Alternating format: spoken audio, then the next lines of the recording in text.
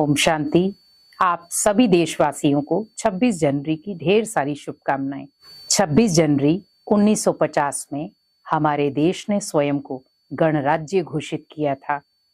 26 जनवरी संविधान का दिन, स्वतंत्रता का दिन, स्वाभिमान का दिन, जहां पर हमें ये संकल्प लेना है कि 26 जनवरी पे जहां पर संविधान लागू हुआ, वहां पर मुझे भी एक भारतीय नागरिक बनकर अपने जीवन में भी कुछ नियम लागू करने हैं।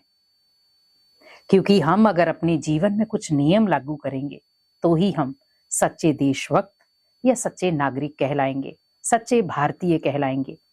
क्योंकि आज आप देखें, भारत माता की जय तो बोलते हैं, हम तिरंगे को भी फहराते हैं, लेकिन तिरंगे को फहराने के साथ साथ हमें कुछ वचन भी लेने हैं, और वो वचन ही हमें इस 26 जनवरी को यादगार बनाएंगे। क्योंकि इन वचनों से ही आप 26 जनवरी को यादगार बना सकते हैं। आज हम उन सभी आत्माओं को नमन करते हैं जिन्होंने संविधान को लागू करने में अपनी पुरजोर मेहनत की, क्योंकि उस मेहनत का फल ही आज हम भारतवासी ले पा रहे हैं। आज हम इतने स्वतंत्र हैं, आराम से अपने जीवन को जी पा रहे हैं, तो ये उन आत्माओं की तपस्या, बलिदान का बदौलत है। क्योंकि अगर वो तप ना करते, अगर वो बलिदान ना करते, तो शायद आज हम इतना सुकून से ना रह पाते। तो हमें उनके त्याग, तपस्या और बलिदान को भूलना नहीं है, उसे याद रखना है इस संविधान के दिन के साथ। क्योंकि ये प्रेरणादायक दिन है जहां पर हमें बहुत सारी प्रेरणाएं मिलती हैं। तो अपने अंदर से प्रश्न पूछें कि क्या मैं सच्चा देशभक्त हूं? क्या मैं सच्चा नागरिक हूं? मुझे ओनली सिर्फ तिरंगे को फहराना नहीं है, लेकिन तिरंगे के नीचे खड़े होकर कुछ जिम्मेवारियां लेनी है। अगर मैं सच्चा देशभक्त हूं तो मेरी भी कुछ कर्तव्य बनते हैं, जिससे मैं अपने देश को बल भी दे सकूं और देश को शक्तिशाली भी बना सकूं। तो हमें पहला संकल्प क्या लेना है कि मैं एक जिम्मेवार नागरिक बनकर दिखाऊंगा।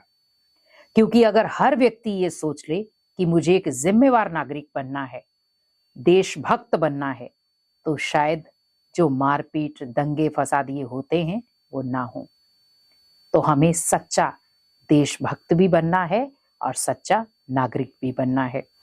दूसरा संकल्प लेना है कि मुझे अपने देश में अखंडता और एकता लानी है। क्योंकि जहां पर आप देख रहे हैं जाति पाति से बंटवारे हो रहे हैं, रिश्तों नातों में बंटवारे हो रहे हैं, वहां पर मुझे एकता के सूत्र में सभी को बांधना है। एक अखंड राज्य स्थापन करना है, और वो तभी हो सकता है जब हम सच्चे देशभक्त कहलाएंगे, उसकी गरिमा को समझ पाएंगे। और तीसरा संकल्प लेना है कि मुझे अपने कर्मों से भारत को गौरवशाली बनाना है। क्योंकि आज हम इतने भ्रष्ट कर्म करते जा रहे हैं, कहीं ना कहीं भारत माता की नजरें भी झुक रही हैं। तो हमें बस इतना ध्यान रखना है कि जैसे कर्म होंगे वैसे ही हमारे भारत का इतिहास लिखा जाएगा।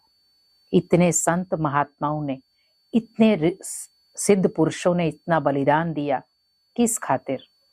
देश के लिए। तो उस देश के लिए जब उन्होंने बलिदान देने में नहीं सोचा, तो आप सच्चे नागरिक बनके अपने देश को इतना तो दे ही सकते हैं। तो संकल्प करें, मुझे सच्चा नागरिक बनना है, देश में अखंडता और एकता लानी है, और तीसरा कर्म श्रेष्ठ करने हैं। चौथा वचन लेना है कि मुझे एक ईमानदार नागरिक बनना है। क्योंकि बेईमानी चारों तरफ है, लेकिन मुझे अगर सच्चा देशभक्त बनना है तो अपने अंदर ईमानदारी भरपूर रखें। पांचवा लेना है, मुझे अपने देश में भाईचारा और सद्भावना लानी है। क्योंकि ये चीजें बहुत जरूरी हैं। क्योंकि भाईचारा भी बहुत जरूरी है और सद्भावना भी बहुत जरूरी है। और अगला संकल्प लेना है कि मुझे किसी के प्रति भी नफरत या घृणा भाव नहीं रखना है। अपने जीवन को एक गौरवशाली बनाना है, जैसे अनेक आत्माओं ने बनाया। आप अगर देखें, बहुत सारी आत्माओं ने भारत को श्रेष्ठ बनाने के लिए बलिदान दिया, सोचा कुछ नहीं। क्या हम इतना भी नहीं कर सकते? तो इस 26 जनवरी को आप यादगार बनाएं, तिरंगे के नीचे खड़े होकर ये संकल्प लें, खुद से वायदा करें, अगर मुझे सच्चा देशभक्त बनना है तो मुझे अपने अंदर ये विशेषताएं लानी है और इन चीजों को फील करना है। तो सच्चा देशभक्त मीन्स चरित्र भी ऊंचा होगा, एकता भी ऊंच होगी, भाईचारा भी होगा, सद्भावना भी होगी, ईमानदार भी होगा, तो कर्म तो श्रेष्ठ हो ही जाएंगे।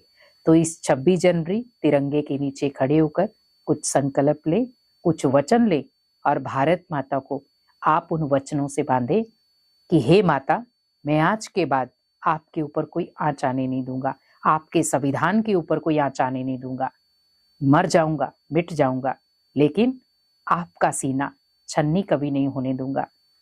तो ऐसा देशभक्त बन जाओ जो भारत माता भी आपके ऊपर गर्व करे और परमपिता परमात्मा भी, तभी हमारा भारत देश विश्व गुरु कहलाएगा। तो आप सभी को फिर से 26 जनवरी गणतंत्रता दिवस की ढेर सारी शुभकामनाएं। ओम शांति।